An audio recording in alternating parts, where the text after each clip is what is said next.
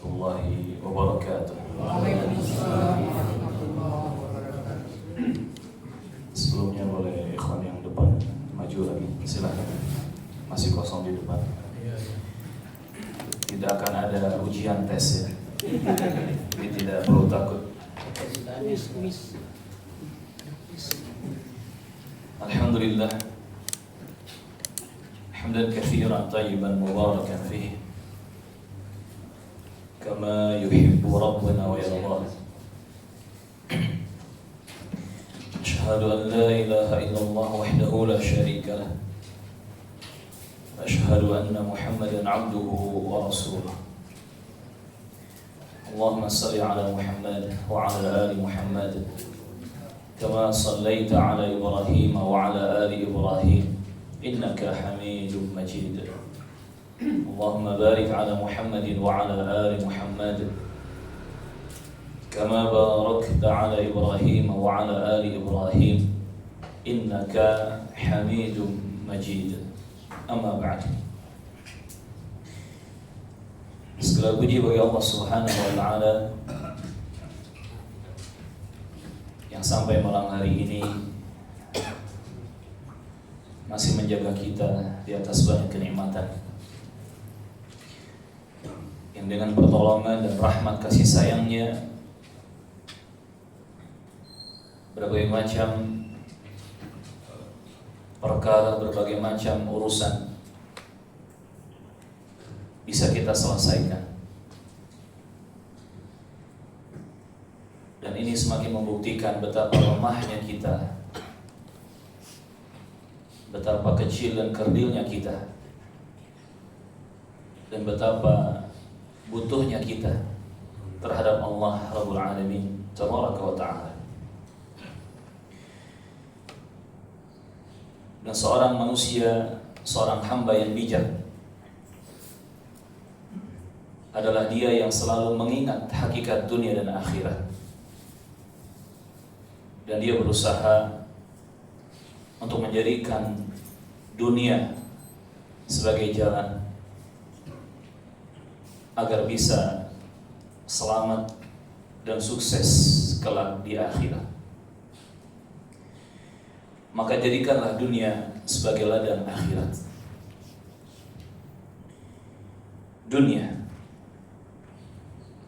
oh dunia, engkau hanyalah hamparan sementara,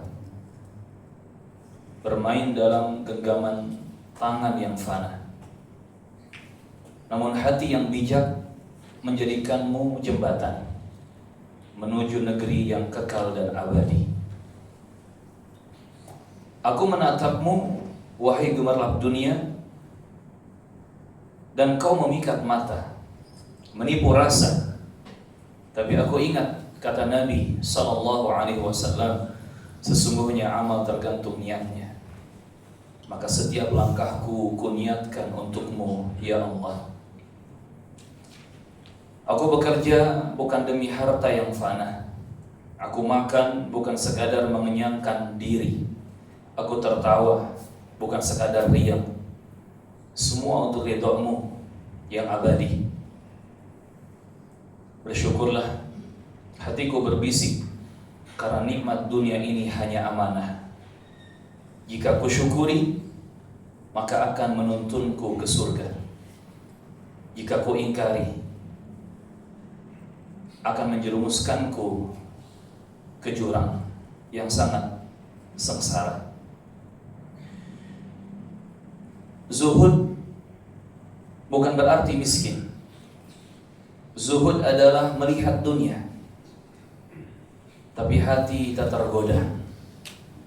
Seperti ucapan Al-Hasan Al-Basri rahimahullah ta'ala, zuhud adalah melihat sedikit dunia seakan banyak. Betapa indah hidup yang bersih dari keserakahan. Aku menahan nafsu, mengendalikan hawa. Dunia menawarkanku pesona, tapi aku menolak. Karena serakah hanya akan menyesatkan, dan dunia hanya ladang untuk amal yang mulia. Aku memberi, bersedekah, menanam untuk akhirat. Dan setiap harta yang kau genggam, kau persembahkan untukmu ya Rabb. Seperti kata Malik bin Dinar rahimahullah ta'ala, harta itu seperti bayangan. Jika untuk Allah, maka itu akan kekal. Tetapi yang tersembunyi, itu yang akan hilang. Waktu berlalu, siang dan malam bekerja. Aku tak ingin satu detik pun terbuang sia-sia. Karena sehat dan masa lapang adalah amanah terbesar yang harus kuisi dengan amal soleh dan doa-doa. Aku banyak mengingat kematian karena ia pemutus segala kenikmatan dunia. Hati yang selalu sadar mati takkan terlena oleh gemerlap dunia. Aku duduk bersama orang-orang soleh karena teman menentukan arah hatiku. Dan aku berlomba dalam kebaikan seolah dunia hanyalah arena persiapan menuju surga. Aku menutup setiap amal dengan ikhlas lillahi ta'ala, karena penutup amal menentukan nilai yang sesungguhnya. Seperti kata Sa'id ibn Musayyib rahimahullah, bekerjalah untuk duniamu seolah engkau hidup selamanya, dan bekerjalah untuk akhirat seolah engkau akan mati besok. Dunia, oh dunia, kini aku mengenalmu. Engkau tak abadi, tak bisa menjadi ladang akhirat, tapi bisa menjadi ladang akhirat. Dunia tidak abadi, tetapi bisa menjadi ladang akhirat. Setiap hembus nafas, setiap tetes keringat, kutitipkan untukmu ya Rabb, Ar-Rahman Ar-Rahim, agar aku pulang bukan dengan tangan kosong, tapi dengan hati yang tenang dan pahala yang abadi insyaallah ta'ala.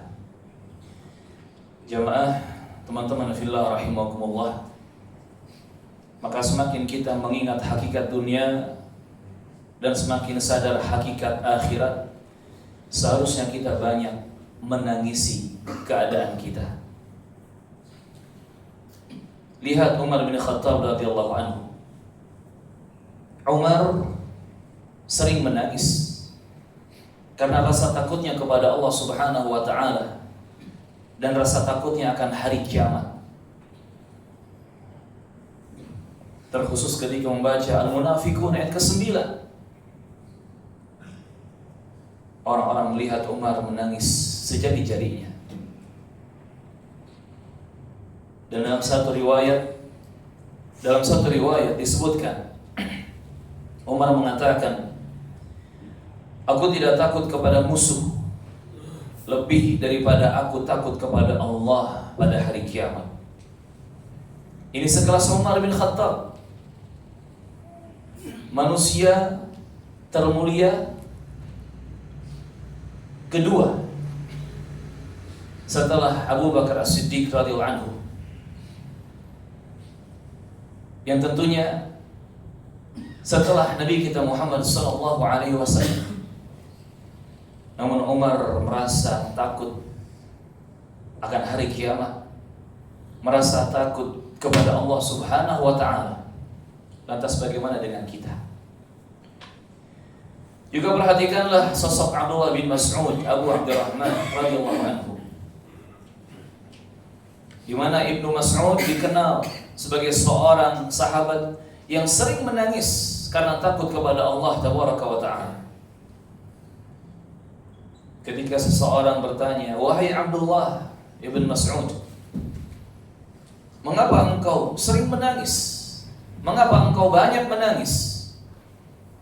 Maka ia menjawab radhiyallahu anhu, aku takut bahwa aku melakukan dosa yang akan membawaku ke neraka, sedangkan aku tidak tahu apakah Allah akan mengampuniku atau tidak. Seorang Ibnu Mas'ud yang Nabi Muhammad SAW mempersaksikan bahwa beliau ini timbangan amal solehnya kelak di mizan timbangan akhirat itu akan diberatkan oleh Allah Azza wa Jalla. Yang kalau timbangan amal solehnya berat, berarti surga dimudahkan baginya. Tapi beliau lebih banyak menangis karena takut kepada Allah Subhanahu wa taala. Beliau merasa khawatir kalau dosa yang dikerjakannya nanti tidak diampuni oleh Allah Subhanahu wa taala. Lalu bagaimana dengan kita, jemaah? Juga lihatlah sosok Ali bin Abi Thalib radhiyallahu anhu. Seorang yang mulia, yang termasuk dari khalifah Rashidin, khulafa Rashidin. Ali radhiyallahu anhu pernah menangis di malam hari dan sering menangis di malam hari. Di antara sebabnya adalah karena beliau takut kepada Allah dan takut dengan azab kubur. Dalam satu riwayat disebutkan, Ali mengatakan, aku menangis di malam hari.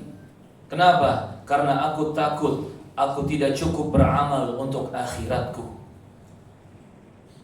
Dan kata para ulama, tangisan karena takut akhirat, tangisan karena takut nasib nanti di alam barzakh, itu adalah tanda keimanan yang hidup. Sekelas Ali bin Abi Thalib, jamaah, yang beliau termasuk golongan 10 sahabat yang dijanjikan surga bersama Abu Bakar, bersama Umar, bersama Utsman, dan bersama 6 sahabat yang lainnya. Namun beliau tetap menjaga rasa takutnya kepada azab Allah, menjaga rasa takutnya terhadap siksa di alam kubur dan siksa di akhirat. Lalu bagaimana dengan kita? Yang di antara kita sekarang ini tidak ada seseorang pun yang memiliki jaminan pasti masuk surga. Maka seharusnya kita lebih merasa takut kepada Allah, merasa takut akan azab dan siksa Allah, baik di alam kubur ataupun kelak di akhirat. Juga lihatlah sosok Al-Hasan Al-Basri rahimahullahu ta'ala. Beliau juga terkenal sebagai sosok hamba yang sering menangis. Dan di antara sebab tangisannya adalah beliau merasa sangat rindu kepada Allah Subhanahu wa taala. Sampai beliau pernah mengatakan, siapa yang tidak menangis karena takut azab Allah, maka hatinya akan menjadi keras. Yang tidak bisa menangis karena takut terhadap azab Allah, maka hatinya akan menjadi keras. Dan Al-Hasan Al-Basri sering menangis, terkhusus ketika membaca Al-Quran, terlebih lagi ketika melewati ayat kullu nafsin dha'iqatul maut. Ketika Allah menegaskan, di antaranya di surah Al-Imran 185, setiap yang bernyawa pasti akan merasakan kematian. Setiap yang hidup, setiap jiwa pasti akan merasakan kematian. Maka hendaknya kita lebih banyak lagi menangis, dikarenakan kita ingat terhadap kematian, ingat akan hisab di hadapan Allah, ingat akan perhitungan dan pertanggungjawaban amalan kelak di akhirat. Itulah orang-orang saleh, manusia-manusia yang hebat. Dan mayoritas para sahabat Nabi radhiyallahu anhum yang diikuti oleh para tabi'in, tabi'ut tabi'in rahimahullahu ta'ala, mereka memperbanyak tangisan daripada tertawa. Terkhusus ketika mereka ingat sabda Nabi Muhammad SAW dalam hadis riwayat Muslim, inna aqrabakum minni majlisan yawmal qiyamah ahmazukum qalban. Kata Nabi Muhammad SAW, sesungguhnya orang yang paling dekat denganku nanti, majlisnya, tempat duduknya, posisinya di hari kiamat, ahmazukum qalban, adalah yang paling lembut hatinya. Para sahabat kalau ingat sabda Nabi yang ini, mereka seketika menangis. Karena mereka khawatir hatinya jauh dari kelembutan. Mereka merasa takut kalau hatinya keras. Dan hati yang lembut itu, hati yang paling lembut itu, selalu merasa takut kepada Allah. Takut akan azab dan ancaman siksa Allah. Takut dengan kengerian azab di alam barzakh, di alam kubur, apalagi di akhirat, di neraka sana. Sehingga mereka betul-betul menangis di hadapan Allah karena rasa takut kepada Allah, karena rasa cinta kepada Allah, dan karena harapan mereka kepada Allah Subhanahu wa ta'ala. Para sahabat radhiyallahu anhum dan murid-murid mereka, orang-orang saleh setelah mereka, banyak menangis karena merasa khawatir kalau hati mereka itu keras. Yang kalau hati keras, bukan hanya berhak diazab oleh Allah Azza wa Jalla, tetapi juga akan dijauhkan dari posisi yang mulia di sisi Nabi Muhammad sallallahu alaihi wasallam, yang kemudian diikuti oleh para tabi'in, tabi'ut tabi'in, dan ulama-ulama Islam yang lurus setelah mereka, seperti Sufyan Ats-Tsauri rahimahullah, seperti Ibrahim An-Nakhai rahimahullah. Disebutkan dalam satu riwayat, Sufyan Ats-Tsauri rahimahullah, beliau sering menangis.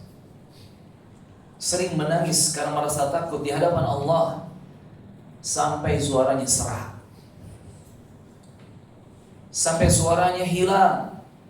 Menangis karena merasa takut akan azab Allah, takut akan neraka Allah. Sufyan Ats-Tsauri rahimahullah. Begitu pula disebutkan dalam satu riwayat tentang Al-Imam Ibrahim An-Nakhai rahimahullah, di mana beliau mengatakan, aku tidak bisa tidur, aku tidak pernah tidur tanpa menangis karena takut azab Allah kelak di akhirat. Allahu Akbar.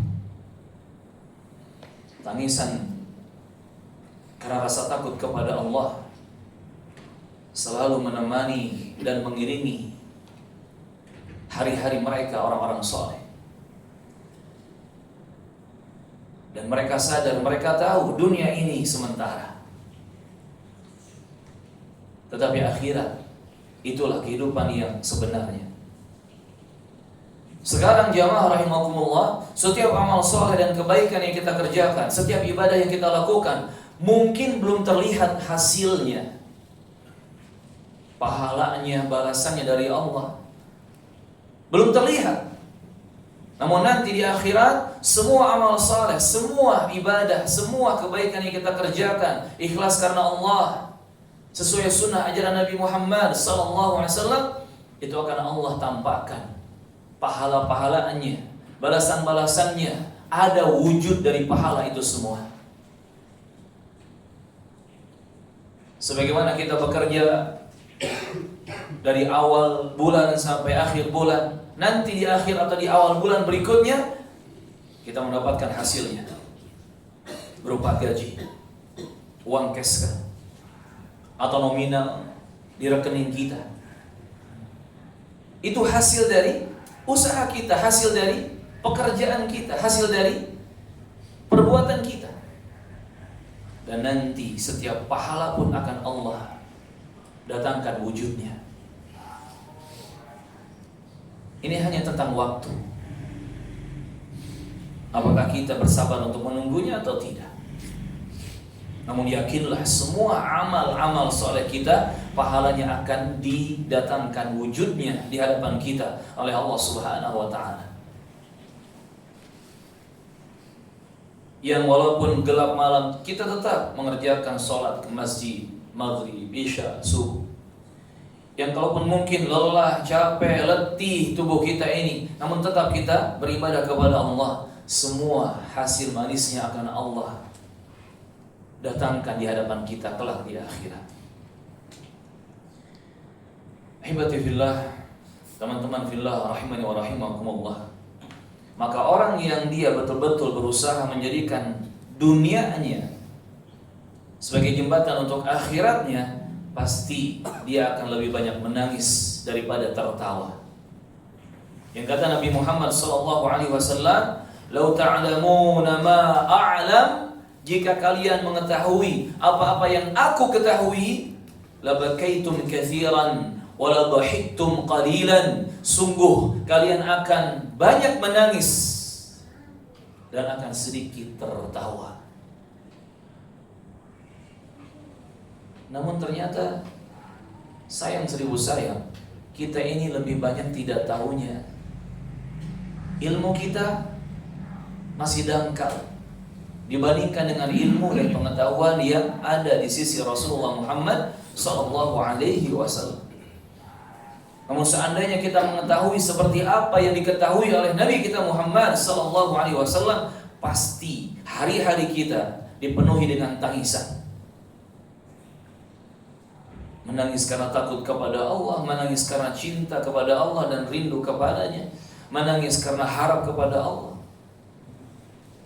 termasuk menangis karena rindu dan berharap untuk bisa berjumpa dengan Nabi kita Muhammad SAW, manusia termulia sepanjang sejarah kehidupan dunia. Lalu muncul pertanyaan yang sangat penting untuk kita semua, teman-teman fillah, barakallahu fikum. Lantas kita harus bagaimana untuk bisa menjadikan dunia ini sebagai ladang akhirat kita, agar kalimat "jadikan duniamu untuk akhiratmu" tidak hanya sebatas slogan saja. Banyak langkah yang bisa kita lakukan. Di antaranya yang pertama, teman-teman fillah rahimakumullah, yang pertama, luruskan niat dalam segala urusan dunia. Ikhlaskan lillahi ta'ala segala urusan duniawi kita, sehingga tidak bisa kita memisahkan antara akhirat dengan dunia kita. Tidak bisa kita memisahkan antara keikhlasan niat karena Allah dalam urusan-urusan dunia kita. Dunia harus dijaga dan diawasi atau dibungkus dengan niatan ikhlas lillahi ta'ala, dengan niatan akhirat. Sehingga dunia, kata para ulama, bisa berubah menjadi akhirat karena sebab apa? Niat. Kata Nabi Muhammad SAW, hadis yang masyhur, sebutkan di Sahih Al-Bukhari, Sahih Muslim, "Innamal a'malu binniyat." Sesungguhnya amal-amal itu tergantung niatnya. Niat itu penting. Bahkan sesuatu yang sifatnya adah, kebiasaan, rutinitas, bukan ibadah, hanya sekadar adah, rutinitas, kebiasaan, tetapi bisa menjadi akhirat. Padahal itu rutinitas dan kebiasaan duniawi. Kapan? Ketika niatnya dibentuk, niatnya dijaga. Yang olahraga, diniatkan olahraga untuk sehat, sehat untuk bisa beribadah, sehat untuk mengejar akhirat. Itu olahraga dunianya jadi akhirat. Yang kerja, yang dagang, sampai ada istilah banting tulang, peras keringat, capek-capean, lelah letih, yang dia kejar dunia. Tapi ketika diniatkan untuk menafkahi keluarga dengan nafkah yang halal, bertanggung jawab di hadapan Allah tentang keluarganya, maka duniawi yang dia urus bisa menjadi akhirat. Dengan niat ikhlas karena Allah Subhanahu wa ta'ala. Makannya kita, minumnya kita, bekerjanya kita, tidurnya kita, menikahnya kita, berumah tangganya kita, berkegiatannya kita, semua bisa menjadi ibadah jika diniatkan untuk melaksanakan ketaatan kepada Allah Subhanahu wa taala yang dibuktikan dengan kita tidak menyelisihi syariat Allah tabaraka wa taala. Kata Imam Yahya bin Abi Katsir rahimahullah taala, ta'allamun niyyah fa innaha ablaghu minal amal. Pelajari oleh kalian tentang niat yang benar. Karena niat yang lurus, yang benar, itu lebih dahsyat pengaruhnya daripada amal itu sendiri. Bisa jadi amalannya kecil, sedikit, tapi karena niat yang ikhlas karena Allah, balasannya besar, bergunung-gunung. Sebaliknya, amalan yang terlihat besar, luar biasa, begitu hebat menurut manusia, tapi hasilnya ternyata sangat kecil, bahkan tidak ada hasil sama sekali nanti di akhirat gara-gara niat yang salah. Ini yang pertama jemaah. Niatkan semua urusan dunia kita ikhlas lillahi ta'ala. Yang kedua langkahnya, teman-teman fillah rahimakumullah, jadikanlah akhirat sebagai tujuan, bukan dunia sebagai tujuan. Tetapi akhirat, jadikanlah akhirat sebagai tujuan dan dunia hanya sebagai sarana saja, jembatan saja, media saja. Jangan dibolak-balik. Banyak orang di zaman sekarang menjadikan dunia sebagai tujuan, akhirat sampingan saja. Bahkan akhirat dilupakan. Wal'iyadzubillah. Padahal seharusnya akhiratlah yang menjadi tujuan utama. Visi misi kita akhirat. Di rumah tangga, di pendidikan, di ekonomi, di politik, berbangsa dan bernegara, di keseharian, apalagi di ibadah, semua visi misinya jelas. Akhirat yang harus kita targetkan. Akhirat yang harus menjadi tujuan utama. Dunia itu sebagai sarana saja, sebagai penopang saja, sebagai jembatan dan media saja. Kata Allah Azza wa Jalla di surah Al-Qasas ayat ke-77, wabtaghi fima ataka Allahu ad-daral akhirah wa la tansa nasibaka minad dunya. Dan carilah olehmu apa-apa yang Allah berikan kepadamu dari bagian kehidupan akhirat, bagian negeri akhirat untukmu. Dan jangan engkau lupa dengan bagianmu dalam urusan dunia. Perhatikan jemaah. Yang pertama Allah sebutkan akhirat apa dunia? Akhirat. Yang pertama Allah perintahkan untuk dicari, untuk diambil, untuk disentuh, untuk dikejar. Dunia apa akhirat? Akhirat. Cari bagianmu untuk akhiratmu itu yang telah Allah bagikan, yang telah Allah berikan. Dan jangan lupa bagian duniamu. Maka seharusnya yang sering lupa itu bagian dunia, harusnya. Tetapi banyak kenyataan yang pahit. Yang sering dilupakan adalah akhirat, bukan dunia. Sampai Allah mengatakan, berfirman di sini, wala tansa nasibaka minad dunya, jangan lupakan bagianmu dari dunia. Berarti seharusnya yang lebih banyak dilupakan adalah dunia. Makanya diingatkan, jangan lupa bagian duniamu, ambil juga.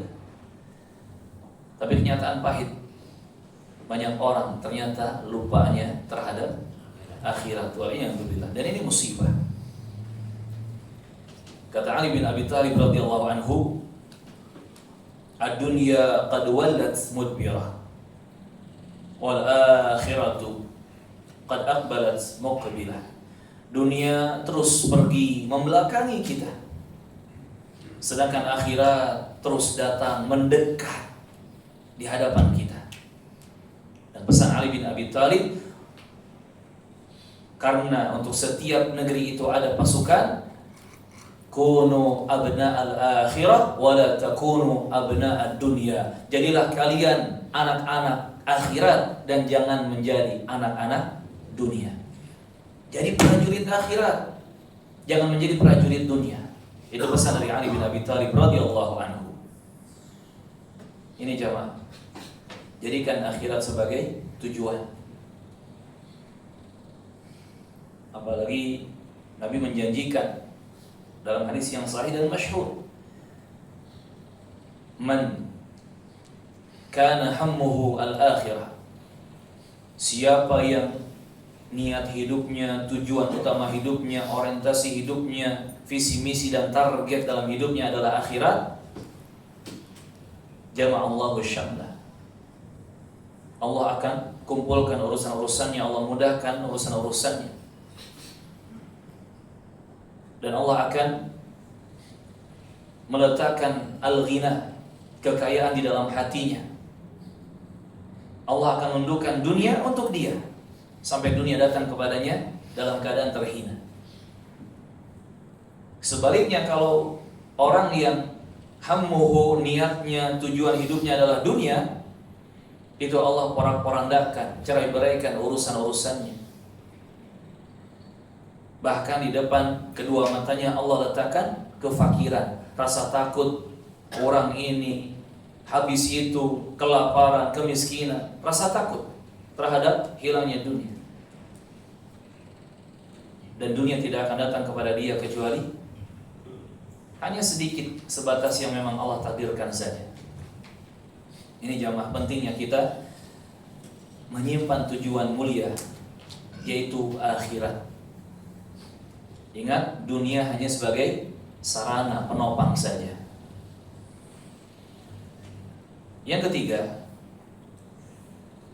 hendaklah kita mencari rezeki yang halal, bahkan diniatkan ibadah kepada Allah Subhanahu wa ta'ala. Karena rezeki itu ada dua jenis. Ada rezeki yang halal, ada rezeki yang haram. Bisa jadi seseorang mendapatkan nominal yang banyak, hasil yang besar, tetapi belum tentu itu halal. Karena rezeki ada juga yang haram. Maka cukupkanlah diri dengan rezeki yang halal. Yang Nabi mengajarkan doa yang mulia kepada kita semua.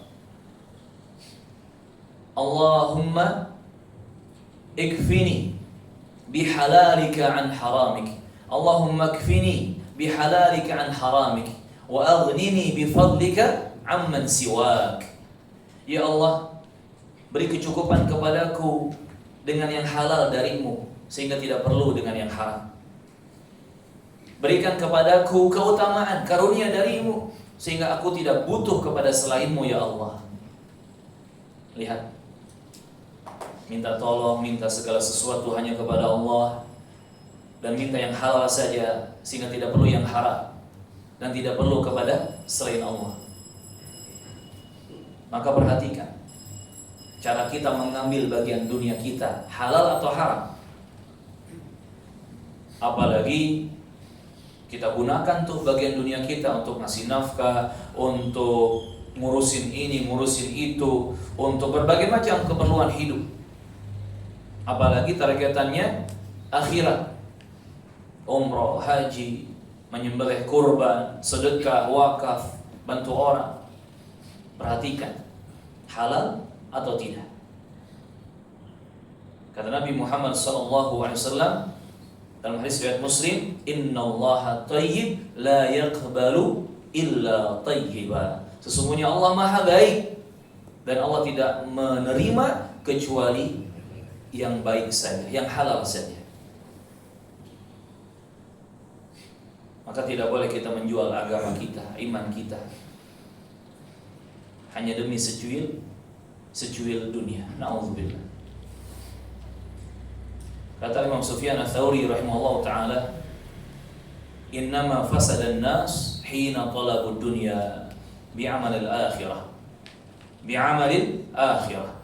Manusia itu rusak, menjadi rusak ketika mereka mencari dunia dengan amalan-amalan akhirat. Urusan dunia saja tadi harus diniatkan ikhlas karena Allah, apalagi amal-amal akhirat. lebih harus lagi diikhlaskan lillahi ta'ala. Dan kalau amal-amal akhirat dilakukan, dikerjakan dengan targetan dan tujuan mengejar dunia, hati-hati, kita terancam dengan kerusakan dan kerugian. Wa'iyadzubillah. Yang keempat, jamaah rahimakumullah, jagalah zuhud. Zuhud itu dunia di tangan, akhirat di hati. Dunia dalam genggaman tangan, akhirat dalam dekapan hati kita. Zuhud itu kita menyentuh atau mengambil bagian dunia hanya sebatas yang jelas manfaatnya untuk akhirat kita. Zuhud bukan tentang kaya miskin, bukan tentang mahal murah, bukan tentang sedikit banyak, bukan. Tetapi zuhud adalah tentang bermanfaat atau tidak untuk akhirat kita nanti. Misalkan kita pakai baju pakaian sekarang ini, terlepas dari apakah murah atau mahal harganya, tapi pertanyaannya tentang zuhud, baju yang kita pakai sekarang ini ada gak manfaatnya untuk akhirat? Dipakai sholat, ke majelis ilmu, kajian, nyari nafkah yang halal, menutup aurat yang sempurna, oh jelas manfaat akhiratnya. Antum pakai, antum gunakan, walaupun harganya mahal.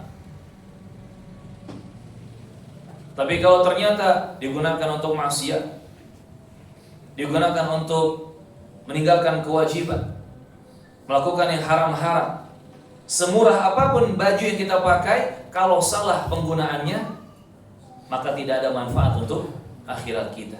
Maka zuhud adalah kita mengambil bagian dunia yang jelas manfaatnya untuk akhirat kita. Yang kata Rasulullah SAW, hadis riwayat Ibnu Majah dan yang lainnya, izhad fid dunya yuhibbakallah. Zuhudlah engkau terhadap dunia, niscaya Allah akan cinta kepadamu. Wazhad fima 'indan nas yuhibbakan nas. Dan zuhudlah engkau terhadap apa yang ada di tangan manusia, niscaya manusia akan cinta kepadamu. Kalau ingin dicintai oleh Allah, zuhudlah, jaga jarak terhadap dunia.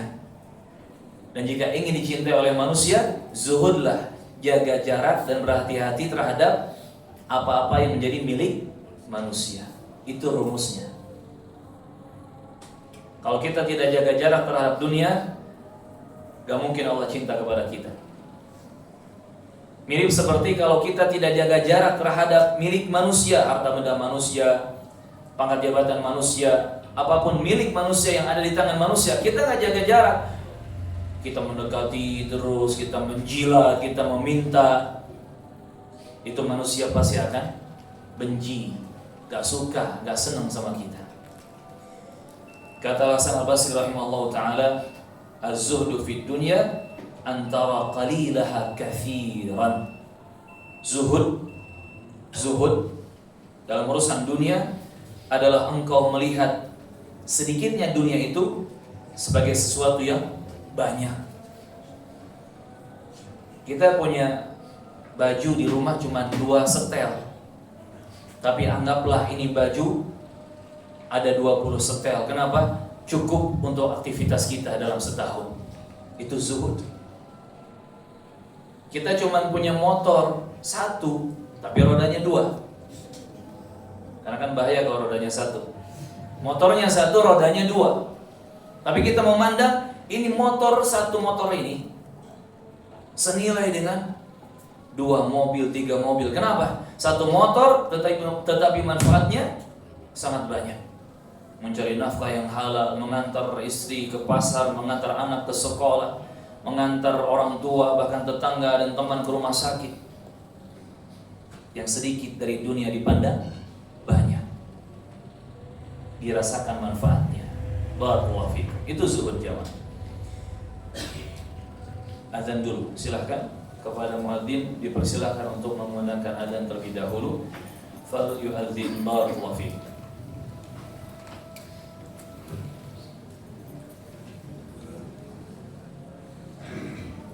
Allahu Akbar, Allahu Akbar. Allahu Akbar.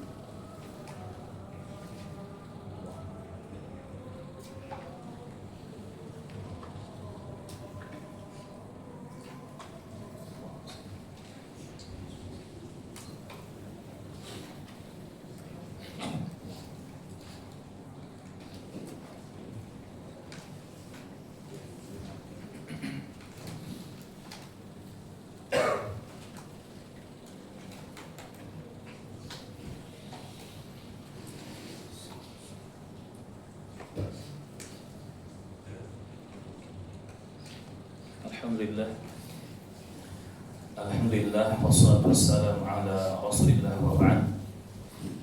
Segala puji bagi Allah tabaraka wa taala. Kita lanjutkan kajian kita di malam hari yang berberkah ini. Sebelum nanti kita lanjut ke sesi tanya jawab, jika ada pertanyaan. Masuk ke poin keberapa? Poin ke-5. Jika ingin dunia membantu akhirat kita, maka gunakanlah harta untuk taat kepada Allah Subhanahu wa taala dan Rasul-Nya, bukan untuk maksiat. Dan ini puncak dari rasa syukur kita. Syukur itu kata para ulama dengan 3 hal: hati, lisan, dan amal perbuatan. Hati bersyukur, meyakini semua nikmat hanya datang dari Allah Subhanahu wa taala. Lisan bersyukur, mengucapkan pujian, tahmid, hamdalah, tasbih, memuji Allah Subhanahu wa taala. Termasuk dengan menyebut jenis nikmatnya dalam rangka bersyukur. Alhamdulillah saya sehat, alhamdulillah kita bisa dimudahkan bermajlis ilmu, alhamdulillah, dan seterusnya. Dan yang ketiga, ini menjadi puncak kesyukuran kita di hadapan Allah Subhanahu wa taala dengan kita menggunakan nikmat di atas jalan taat. Istimalun ni'mah 'ala ta'ah. Kita menggunakan kenikmatan yang ada untuk mengerjakan ketaatan, mengerjakan amal saleh di hadapan Allah Subhanahu wa taala. Dan dengan puncak syukur ini kita bisa menjadikan dunia sebagai jembatan akhirat kita. Maka gunakan harta untuk taat, bukan untuk maksiat.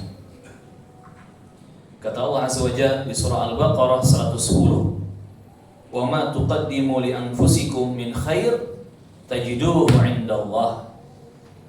Apapun kebaikan yang kalian dahulukan, yang kalian korbankan, yang kalian lakukan untuk diri kalian dan ikhlas karena Allah tentunya, maka kalian akan mendapatkan balasan kebaikannya di sisi Allah Subhanahu wa taala.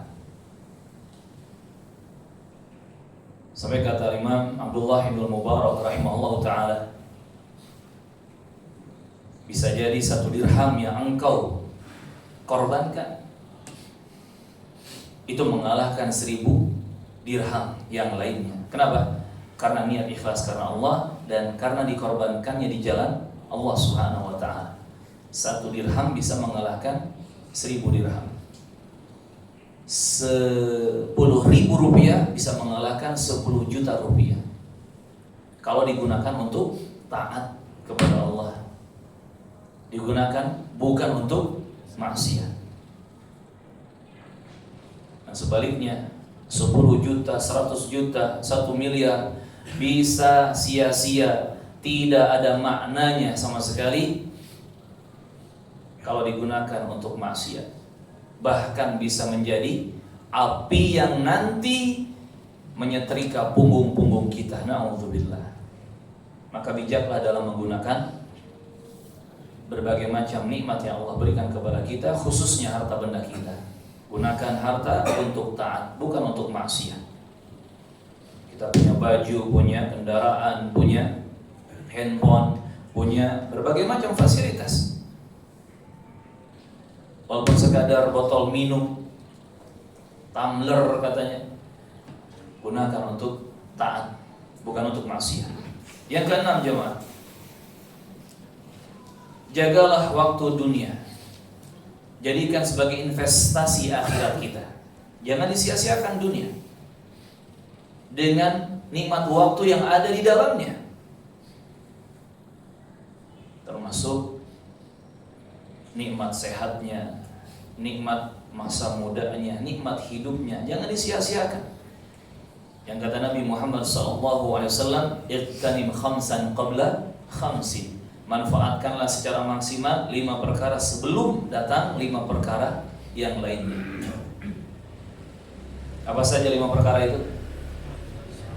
Mulai dari hidup sebelum mati, sehat sebelum sakit, muda sebelum tua, kaya sebelum miskin, lapang sebelum sempit.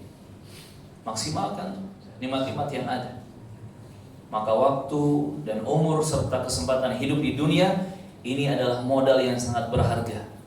Modal yang sangat berharga untuk kita menatap akhirat kita. Khususnya waktu dan kesehatan. Ni'matan maghbunun fihi makathirun minan nas, as-sihhat wal faragh. Yang dalam riwayat Al-Bukhari Nabi bersabda, 2 nikmat yang kebanyakan manusia tertipu dengannya. Nikmat sehat dan nikmat waktu luang. Lihat as-salafus saleh di zaman dahulu, saking tidak mau waktunya terbuang sia-sia, ada yang kalau masuk toilet, masuk kamar mandi atau WC, beliau memerintahkan muridnya di luar kamar mandi atau toilet untuk baca kitab, agar walaupun beliau berkegiatan di dalam kamar mandi, telinganya tetap mendengarkan faidah-faidah ilmu dari kitab yang dibaca oleh muridnya. Sampai seperti itu. Karena gak mau kehilangan waktu sia-sia. Sampai ada ulama di zaman as-salafus salih yang kalau makan itu sudah sedia remah-remah roti kering yang sudah dibubukkan. Ketika sudah lapar, kemudian menyuapkan bubuk-bubuk atau serbuk-serbuk roti kering itu ke mulutnya dan didorong oleh air minum agar cepat tertelan. Kenapa? Karena mereka menghitung kalau memakan roti yang harus dikunyah, harus digigit lalu dikunyah, itu menghabiskan waktu. Sampai seperti itu mereka menghargai waktu. Allahu Akbar. Berbeda dengan kita ya. Terlena dengan nikmat mager, rebahan. La haula wala quwata illa billah. Kata Al-Imam Abdullah bin Mas'ud radhiyallahu anhu, "Ma nadimtu 'ala syai'in nadami 'ala yaumin gharabat syamsuhu." Aku tidak menyesali sesuatu seperti penyesalanku terhadap satu hari yang di situ matahari terbenam, tenggelam, tetapi aku tidak memiliki amal kebaikan apapun. Jadi yang sangat disesalkan oleh Ibnu Mas'ud, yang sangat disesalkan oleh beliau adalah ketika hari berlalu tetapi tidak ada nilai dari amal soleh yang dia perjuangkan. Gak ada pahala ibadah, gak ada pahala amal soleh, gak ada pahala kebaikan. Itu yang paling disesali oleh Ibnu Mas'ud radhiyallahu anhu. Fala haula wala quwata illa billah. Hargai waktu, manfaatkan untuk akhirat kita. Yang ketujuh, langkah yang ketujuh adalah banyak-banyak mengingat akhirat. Walaupun kita sibuk ngurusin dunia, sesibuk apapun, tetap ingat akhirat, dimulai dengan mengingat kematian. Yang kata Rasulullah SAW, "Aktsiru dzikra hadhimil ladzat." Perbanyak oleh kalian mengingat sang pemutus segala kenikmatan, sang penghancur segala nikmat, yaitu kematian. Perbanyak ingat mati. Kalau ingat mati, pasti ingat akhirat, ingat hari hisab, ingat jaza, balasan dari Allah, ingat sirat, jembatan di atas neraka, ingat surga dan neraka, ingat akhirat. Maka perbanyak ingat mati. Sesibuk apapun kita oleh dunia. Kata Al-Fudail bin Iyad rahimahullah ta'ala, man dzakara al-maut qalla farahuhu fid dunya aw bid dunya. Siapa yang mengingat kematian, maka akan sedikit rasa gembiranya terhadap dunia. Siapa yang mengingat kematian, maka akan sedikit kegembiraannya terhadap dunia. Banyak-banyak ingat mati. Bukan lupa akan mati. Waspadalah terhadap kematian, bukan lalai terhadap kematian. Karena kalau kita banyak mengingat kematian, akhirat akan terus kita tatap. Yang ketika Nabi ditanya, ayul mu'minina akyas, mukmin orang beriman seperti apa yang paling cerdas wahai Rasulullah? Nabi menjawab sallallahu alaihi wasallam, aktsaruhum lil mauti dzikra wa ahsanuhum lima ba'dahu isti'dadan. Mereka atau dia adalah yang paling banyak mengingat kematian dan paling bagus mempersiapkan bekal untuk kehidupan akhiratnya. Itulah akyas, mukmin yang paling pintar, yang paling cerdas. Maka pertanyaannya, kecerdasan kita, kepintaran kita sebagai seorang mukmin sudah sampai mana? Yang ke-8, jamaah rahimakumullah, jadikan dunia sebagai ladang amal, bukan ladang lalai. Dunia ini kesempatan kita untuk bercocok tanam, menanam banyak amal soleh dan kebaikan yang nanti di akhirat akan tiba waktu dan masa panennya. Yakin itu. Ingat tadi kita jelaskan, kata Rasulullah, semua amal-amal soleh dan kebaikan yang kita kerjakan, semua ibadah kita, nanti pahalanya akan Allah datangkan berupa wujud yang nyata. Maka jadikan dunia sebagai ladang amal, bukan ladang lalai. Jangan lupakan hakikat dunia. Seperti di Al-Hadid, surat Al-Hadid ayat ke-20, Allah menegaskan, innamal hayatud dunya la'ibu wa lahu. Sesungguhnya kehidupan dunia itu hanyalah permainan dan sia-sia belaka. Permainan, sudah mau permainan, sia-sia pula. Kita kan kalau ngabisin waktu dengan permainan, apa sih hasilnya? Capek, lelah, gak ada hasil apa-apa. Kita banyak main, apakah gaji kita bertambah? Kita banyak main, apakah bonus dari kerja kita bertambah? Tidak. Yang ada hanya lahun, sia-sia belaka hasilnya. Itulah dunia. Maka kata Umar bin Abdul Aziz rahimahullah, innal laila wan nahar ya'malani fika fa'mal fihima.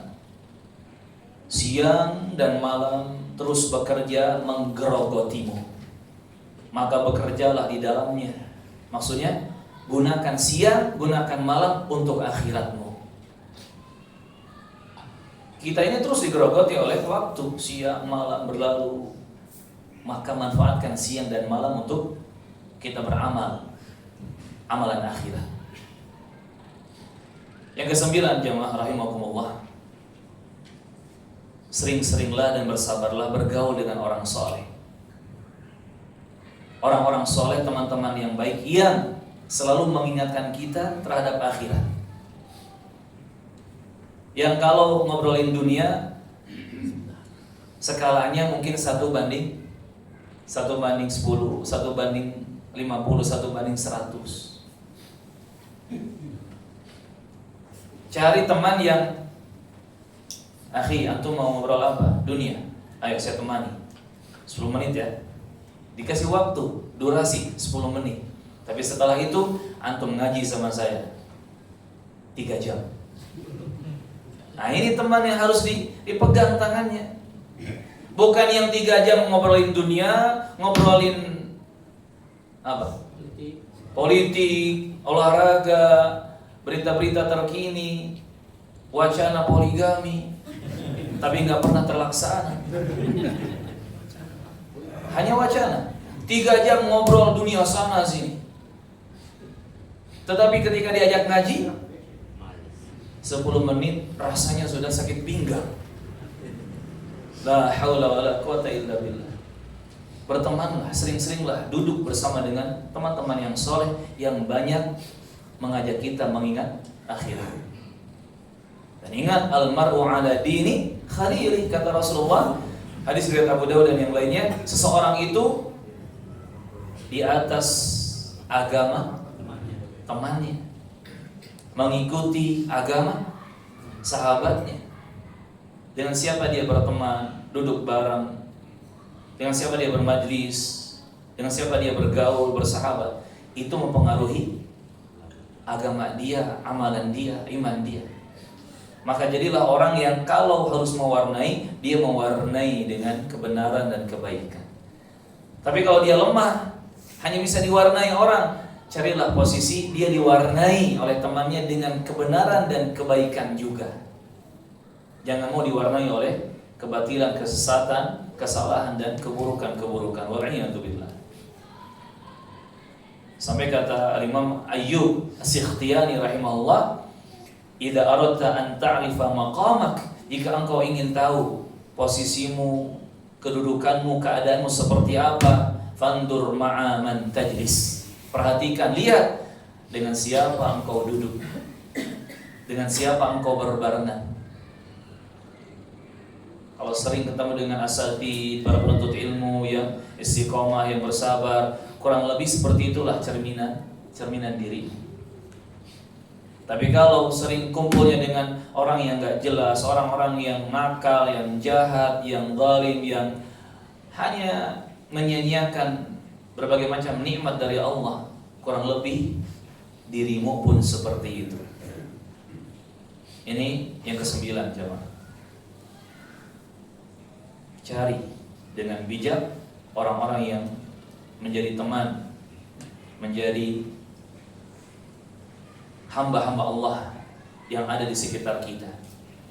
Kalau kita tidak mewarnai mereka dengan kebenaran dan kebaikan, jadilah kita diwarnai oleh mereka dengan kebenaran dan kebaikan. Barakallahu fikum. Yang ke-10, kita kebut banyak-banyak bersyukur atas nikmat dunia yang bisa mendekatkan diri kepada Allah. Dan itu hakikat kenikmatan yang sesungguhnya. Karena nikmat dunia kalau hanya membuat jauh dari Allah, itu musibah namanya. Kata para ulama, kullu ni'matin la tuqarribu ila Allah fahiya baliyah. Setiap nikmat yang tidak mendekatkan diri kepada Allah, itu hanya musibah saja. Maka nikmat yang sesungguhnya, yang benar-benar nikmat adalah yang bisa mendekatkan diri kita kepada Allah Subhanahu wa taala. Ingat kata Allah di Ibrahim ayat ke-7, la in syakartum la azidannakum. Jika kalian bersyukur kepada Allah, Allah akan tambah nikmat untuk kalian. Maka banyak bersyukur atas nikmat dunia ini dengan cara digunakan untuk semakin dekat, semakin takut, semakin taat kepada Allah Subhanahu wa taala. Kata Al-Hasan Al-Basri rahimahullah, asyukru fid dunya yudkhiluka al-jannata. Syukurmu kepada Allah di dunia dengan sebenarnya itu akan memasukkanmu ke dalam surga Allah di akhirat. Yang ke-11, rajin-rajinlah menahan diri dari nafsu dunia. Rajin-rajinlah menahan diri dari nafsu dunia. Bersabar ya, menahan nafsu dunia. Kata Rasulullah dalam hadis riwayat Ahmad dan yang lainnya, ma ashba'a man hashida, ma ashba'a man hasida, wa ma aghna man tama'a. Tidak akan kenyang orang yang suka menimbun, dan tidak akan kaya orang yang serakah. Jadi dunia ini jangan ditimbun. Kalau sudah dapat, bagi-bagikan, sedekahkan, wakafkan, perbantukan kepada orang banyak. Karena kalau ditimbun, gak mungkin kenyang, gak mungkin puas. Dan jangan serakah dengan dunia. Kenapa? Karena orang yang serakah tidak akan pernah kaya, tidak akan pernah berhasil. Tetapi qanaahlah, cukup, merasa cukup dengan apa yang ada, dan banyak-banyak bersyukur kepada Allah Subhanahu wa ta'ala.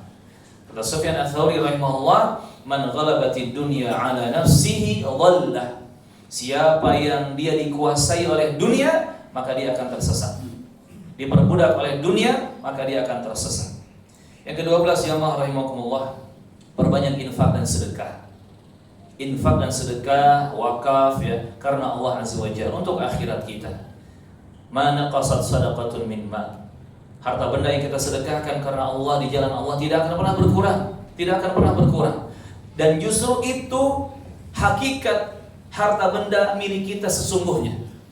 Kita bersedekah, kita berwakaf di jalan Allah, kita berkorban dengan harta benda, justru kita sedang menyimpan harta kita menjadi investasi yang sebenarnya. Bahkan di akhirat Allah kembang biakan setiap harta yang kita sedekahkan. Mungkin kita sedekah sekarang sebotol air minum, nanti kita ambil berlautan-lautan air di akhirat. Kita sedekah sekarang 10.000 rupiah, nanti kita ambil di akhirat jadi 10 miliar, jadi 10 triliun dan seterusnya. Allah mengembangbiakkan sedekah yang ikhlas di jalannya. Kata Al-Imam Malik bin Dinar rahimahullah ta'ala, kata Malik bin Dinar rahimahullah, al-mal kal-dhilli ma a'taitahu lillahi baqi wa ma akhfathu wa ma akhaftahu dhahab. Harta benda itu seperti bayangan. Jika engkau berikan, korbankan untuk Allah karena Allah, itu yang akan terus ada, langgeng, kekal. Tetapi apa-apa yang engkau sembunyikan di kekempit, kalau kata orang Sunda, di apa? Kekewut, apa bahasa orang Jakarta? Hah? Dibekap. Dibekap bukan makhluk hidup ya. Digenggam. Pokoknya dipegang-pegang terus, gak mau berkurang, gak mau hilang, gak mau diberikan, gak mau sedekah, gak mau wakaf dan seterusnya. Justru itu yang akan dahab, akan hilang. Barakallahu fiikum. Yang ke-13, sibukkan diri dengan amal yang mengangkat derajat di akhirat. Kata Allah Azza wa Jalla, Al-Baqarah 148, fastabiqul khairat. Berlomba-lombalah untuk melakukan kebaikan. Kesempatan sekecil apapun, kalau ada kesempatan emas untuk kita bisa menyibukkan diri dengan amal-amal yang mengangkat derajat kita di akhirat, ambil kesempatan itu. Walaupun harus pegal, capek, bosan, duduk berjam-jam di majelis ilmu, ambil kesempatan itu. Melangkahkan kaki ke majelis ilmu, melangkahkan kaki ke masjid, lakukan itu. Bersedekah sekian, lakukan itu. Kalau jelas itu akan mengangkat derajat kita kelak di akhirat. Sibukkan diri dengan amal-amal saleh yang manfaatnya adalah akhirat. Kata Al-Hasan Al-Basri rahimahullah, al-amalu lil akhirah wal hayatul haqiqiyah. Amal perbuatan, aktivitas kegiatan untuk akhirat, itulah kehidupan yang sesungguhnya. Kalau bukan untuk akhirat, justru itu adalah kematian. Barakallahu fiikum. Yang ke-14, ini terakhir, tetapi bukan batasan. Tutuplah segala amal-amal kita dengan yang terbaik. Jadikan husnul khatimah dalam segala perjuangan amal kita, ibadah kita, dan kebaikan kita. Karena kata Rasulullah SAW dalam hadis riwayat Abu Dawud dan yang lainnya, innamal a'malu bil khawatim. Sesungguhnya amal-amal itu tergantung akhirannya. Gak apa-apa masa lalu kita hitam, kelam, menggunung dosa dan kesalahan. Yang penting sekarang dan di akhirnya kita bisa bertobat kepada Allah, istighfar kepada Allah, merubah keadaan dan diri kita.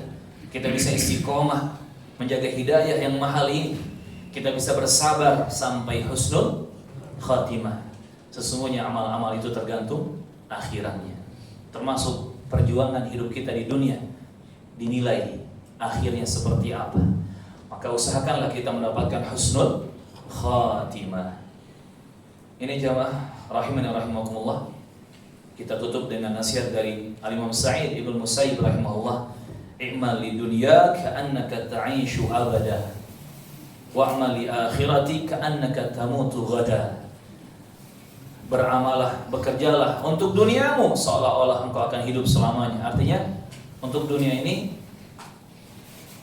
kita merasa tenang. Kenapa? Masih panjang, masih lama waktu kita di dunia. Gak usah terburu-buru, jangan tergesa-gesa, jangan takut kehilangan, kekurangan, kemiskinan, kelaparan. Santai dunia mah. Tetapi beramalah, berbuatlah untuk akhiratmu seakan-akan kau akan mati esok hari. Anggaplah ini kesempatan terakhir kita ngaji. Kesempatan terakhir nanti kita sholat isya berjamaah. Kesempatan terakhir kita memakmurkan masjid rumah Allah. Kesempatan terakhir kita istighfar, bertobat kepada Allah, mengucapkan astaghfirullah wa atubu ilaih. Kesempatan terakhir kita mengucapkan kalimat la ilaha illallah. Anggaplah kita akan mati setelah itu. Maka pasti kita akan menghadirkan kualitas amal itu yang terbaik.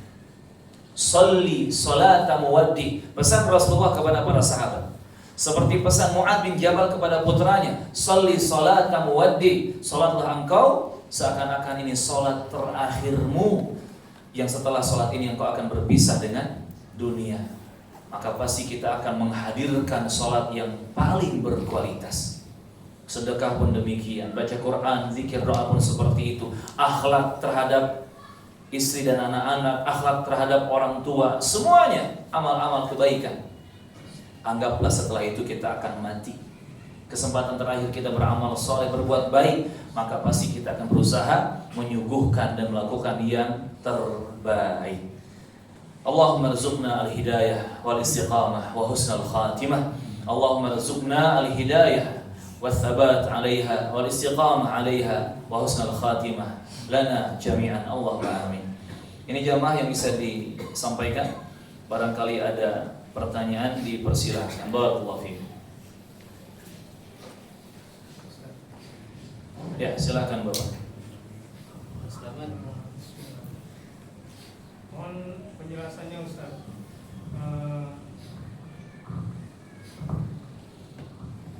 Bismillah. Mohon penjelasannya Ustaz. Pada hari penghisapan kita akan berhadapan dengan Allah. Itu berdasarkan uraian Ustaz, sahabat-sahabat Rasulullah kan penuh dengan rasa takut, harap dan cinta. Pertanyaan saya, sikap terbaik sebagai muslim ketika berhadapan dengan Allah, menjawab pertanyaan-pertanyaan Allah itu seperti apa Ustaz? Mohon penjelasannya. Barakallahu fiikum. Menjawab pertanyaan-pertanyaan di hadapan Allah Azza wa Jalla kelak di padang mahsyar, di hari hisab, di hari setelah kiamat terjadi, itu nggak bisa kita kendalikan. Sama seperti kita dihadapkan kepada fitnah kubur, ujian di alam kubur, dengan 3 pertanyaan dari malaikat Munkar dan Nakir. Man rabbuka wa ma dinuka wa man nabiyyuk. Siapa Rabbmu, apa agamamu, siapa nabimu? Untuk menjawabnya kita nggak bisa mengendalikan itu. Bohong, dusta kalau ada seseorang yang menjamin. Kalau ditanya Munkar Nakir, sebut nama gurumu, Habib Fulan, Syekh Fulan. Munkar Nakir pasti akan hormat. Wadul, kalau kata orang Bandung. Apa wadul? Bohongnya di atas dusta. Ngibul banget ya. Bokis, bokis itu ya. Gak bisa ya. Sekalipun kita titip nanti kuburkan bersama saya catatan jawaban. Entah itu ditulis, di print, atau mungkin di tablet. Bawa tabletnya masuk ke kuburan. Gak ada manfaatnya ya. Sama seperti alam kubur, fitnah kubur nggak bisa kita kendalikan jawabannya. Seperti itu pula ketika kita dihisab, ditanya di hadapan Allah di padang mahsyar, di yaumul hisab, nggak bisa kita kendalikan. Tetapi bisa kita persiapkan dari sekarang di masa kehidupan dunia. Dan semua yang kita bahas itulah persiapannya. Poin 1 sampai poin berapa? 14. Mau diulang lagi? 1,5 jam. Itulah persiapannya. Maka perbaiki iman, keyakinan kita, pola pikir, pemahaman iman kita, dan amal-amal kita. Itu kuncinya. Memang kita akan masuk surga, diampuni oleh Allah, selamat dari azab neraka, selamat dari azab kubur, karena sebab rahmat Allah kepada kita. Nah, untuk merayu atau melobi Allah memberikan rahmatnya kepada kita, caranya apa? Iman yang benar, amal soleh yang banyak. Iman yang benar dan amal soleh yang banyak ini modalnya apa? Modalnya apa? Ilmu syar'i, ilmu agama yang benar. Maka inilah persiapannya. Terus ngaji, terus belajar. Asatidz sekarang banyak. Lulusan Libya, lulusan Madinah, lulusan Makkah, lulusan lokal ataupun interlokal. Ada interlokal ya, internasional. Banyak guru-guru kita belajar. Yang kesyirikan ganti dengan tauhid, yang bid'ah ganti dengan sunnah, yang maksiat ganti dengan taat, dengan amal saleh. Belajar, terus belajar. Ilmu syar'i itu modal untuk kita bisa memiliki iman yang benar, iman yang lurus, akidah yang lurus, akhlak yang bagus, amal-amal soleh yang banyak. Maka nanti insya Allah dimudahkan jalannya. Merayu rahmat Allah Azza wa Jalla. Kalau sudah diberi rahmat oleh Allah, semua jawaban di alam kubur, semua jawaban yang kita butuhkan di padang mahsyar, di akhirat, akan kita dapati dengan mudah. Dari pertanyaan-pertanyaan yang sulit akan ada jawaban-jawaban yang mudah dengan izin Allah Subhanahu wa ta'ala. Siap untuk istiqomah? Nah, ini kuncinya. Ini kuncinya istiqomah sampai mendapat husnul khatimah. Bukan istiqomah sampai hari Senin. Ngaji hari Ahad, Senin istiqomah, Selasanya lupa lagi. Jangan. Istiqomah sampai husnul khatimah. Karena itulah modal kita untuk bisa selamat ketika gorgoroh terjadi, sakatul maut. Husnul khatimah atau su'ul khatimah dilihat imannya, amal perbuatannya. Ketika nanti masuk alam barzakh, apakah nikmat kubur atau azab sisa kubur, dilihat imannya, amal-amalnya ketika di dunia. Sampai ketika di yaumil hisab, ketika melewati sirat jembatan di atas neraka jahanam, ketika dihadapkan kepada surga atau neraka, al-jannah atau an-nar, dilihat imannya dan amal-amalnya. Maka silahkan persiapan yang terbaik. Yang tadi kata Rasulullah, mukmin yang paling cerdas adalah yang paling banyak ingat kematian dan paling bagus persiapan bekalnya untuk kehidupan akhirat. Dunia masih bentar. Akhirat yang sesungguhnya. Ini keyakinan orang beriman. Barakallahu fikum. Semoga Allah selamatkan kita dunia akhirat. Ada yang lain jawab? Ya, silakan Bapak. Waalaikumsalam warahmatullahi wabarakatuh. Tadi kalau di kamar mandi katanya kan nggak boleh zikir. Manakala tadi ada sahabat yang nyuruh muridnya baca kitab di luar kamar mandi, sahabatnya mendengar apa itu bukan zikir. Artinya si sahabatnya juga mendengarkan bacaan daripada muridnya bukan zikir kan? Ya, barakallahu fikum. Pertama, ini yang terjadi di kalangan tabi'in atau tabi'ut tabi'in, bukan dari kalangan sahabat. Yang kedua, betul dilarang di dalam kamar mandi atau toilet, khususnya toilet ya, tempat buang najis, hadas kecil, hadas besar dibuang di situ. Tidak boleh kita berzikir. Tetapi larangannya tidak boleh berzikir dengan lisan. Kalau pikiran, kalau hati terus berzikir. Bahaya kalau kita mandi tanpa ingat Allah. Bahkan mohon maaf, ketika kita buang air, kita lupa Allah, itu pun bahaya. Betul. Sampai kapanpun, di kondisi apapun, ingat Allah dengan pikiran, dengan hati.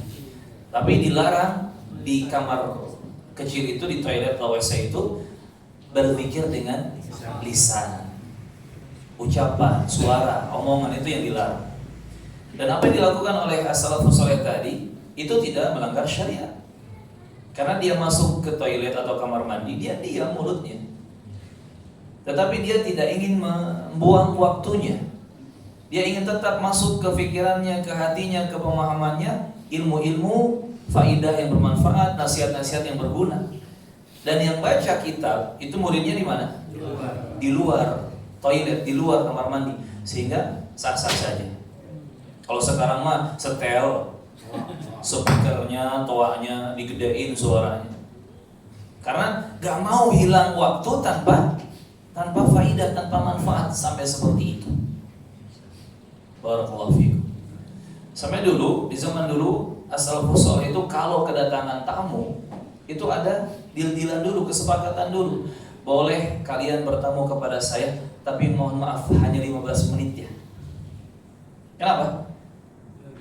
Karena ingin sisa waktu yang lainnya dimanfaatkan untuk hal yang betul-betul bermanfaat bagi dirinya. Ibadah, bahas ilmu, munajat kepada Allah, zikir, doa dan seterusnya. Gitu ya. Jadi yang terlarang adalah zikir lisan di toilet atau kamar kecil. Barakallahu fiikum.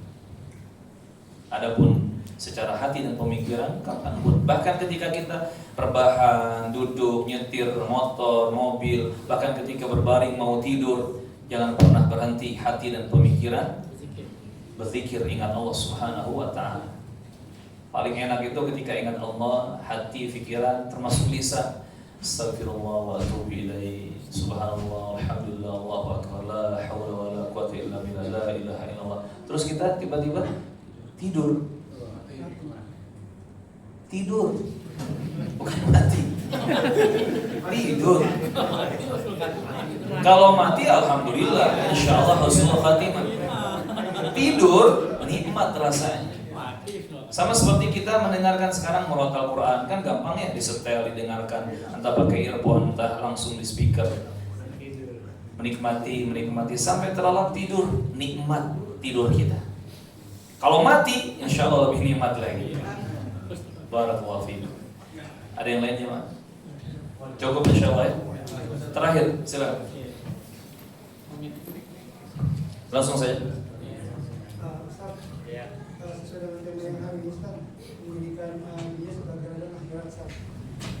Ini bagaimana Ustaz menyikapi ikhwan-ikhwan yang berdalih tawakal aja gitu. Jadi dia punya keahlian, Ustaz. Dan kita sebagai salah satu dari keluarganya itu mendukung dia perluas sunnah, tapi mengharapkan dia juga harus bekerja, Ustaz. Jadi saat ini dia tuh seperti kayak udah cukup dalam penghasilan dari berjualannya dia, tapi dia punya kewajiban dengan istri dan anak-anaknya, Ustaz. Dan kita tahu dia punya keadaan di A, dan kita berusaha untuk cari ini ada lokal untuk A ini, dan itu bisa di sini. Tapi dengan dari dia selalu bilang takutlah nanti tidak bisa menjalani sunnah gitu. Dan dia selalu berada seperti itu. Itu gimana? Barakallahu fiikum ya. Anak tangkap pertanyaannya. Ada ikhwan yang dia punya tanggung jawab, tetapi merasa takut untuk bekerja, mencari penghasilan atau pemasukan yang mencukupi kebutuhannya, dengan dalih takut gak bisa beribadah, takut gak bisa melaksanakan syariat Allah, takut gak bisa mengamalkan sunnah-sunnah Nabi dan seterusnya. Padahal dia dari penghasilan yang ada masih kurang untuk mencukupi kebutuhan keluarga. Yang pertama, boleh dan sah-sah saja seseorang bekerja mencari nafkah sederhana, ala kadarnya. Yang penting itu bisa mencukupi tanggung jawab dia menafkahi keluarganya. Dulu saya di tahun 2008, kurang lebih 2008, itu istri masih satu, anak masih satu, bayi pula. Saya nanti ini masih panjang ceritanya. Saya ba'da subuh setor hafalan Quran ya, sambil tasbih juga, yang lain setoran. Kemudian ada ngajar sebentar, setelah itu lalu pagi saya nganterin kue ke warung-warung ya. Yang saya takar ini kalau memasukkan kue ke sini, saya dapatlah hari ini. Ketika itu cukup 15.000 rupiah. Itu jam setengah 11, jam 11 siang, saya sudah balik ke rumah, balik ke pondok untuk lanjut nanti sholat duhur, kemudian ngajar sebentar lalu istirahat. Dan itu cukup untuk kebutuhan saya bersama satu istri dan satu anak yang masih bayi. Nah, kalau dirasa cukup seperti itu, gak jadi masalah. Silakan mengambil dunia sekadarnya, sederhana. Yang penting kewajiban terhadap keluarga itu sudah terpenuhi dan sudah terbayarkan. Gugur kewajiban memberikan nafkah yang halal. Tapi kalau ternyata dari hasil yang dia anggap cukup itu masih kurang. Contoh sekarang saya, istrinya sudah bukan satu lagi, anak sudah 8 mau 9. Kan gak bisa 15.000 sehari, gak bisa. Maka mau gak mau dia nyari lagi tambahan, nyari lagi kerja, dagang dan seterusnya, sampai mencukupi kebutuhan orang rumah, kebutuhan keluarga. Tapi ketika kita tidak mau bertanggung jawab dan ada yang merasa kekurangan dari sisi nafkah, itu salah, itu zalim. Dan kalau alasannya, takut nanti nggak bisa menjaga syariat, nggak bisa mengamalkan sunnah, nggak bisa melakukan ibadah dan segala macam, cari pekerjaan, cari perdagangan atau usaha atau apapun itu aktivitas mencari nafkah yang halal yang tidak menghalangi kita untuk melaksanakan syariat. Banyak kok. Apalagi jadi bisnismen, jadi pedagang, jadi pengusaha. Waktu itu kita yang manage, kita yang punya kan gitu.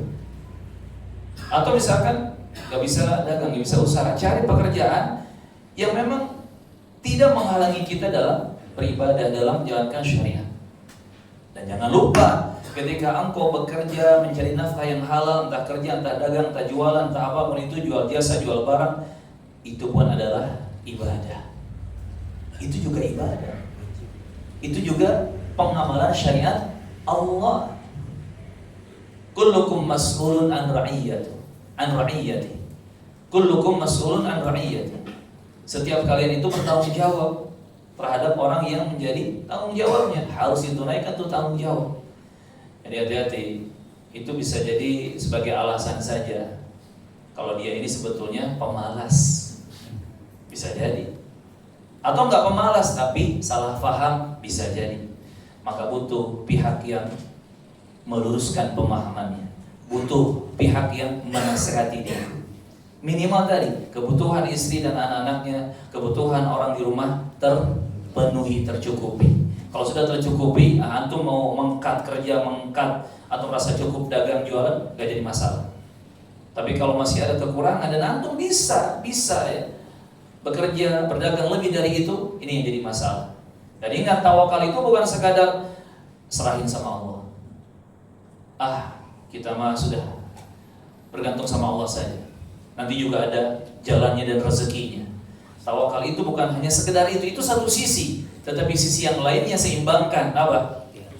Berdoa, minta kepada Allah sambil usaha. Maksimalkan sebab yang real, maksimalkan ikhtiar, maksimalkan usahanya. Itu tawakal.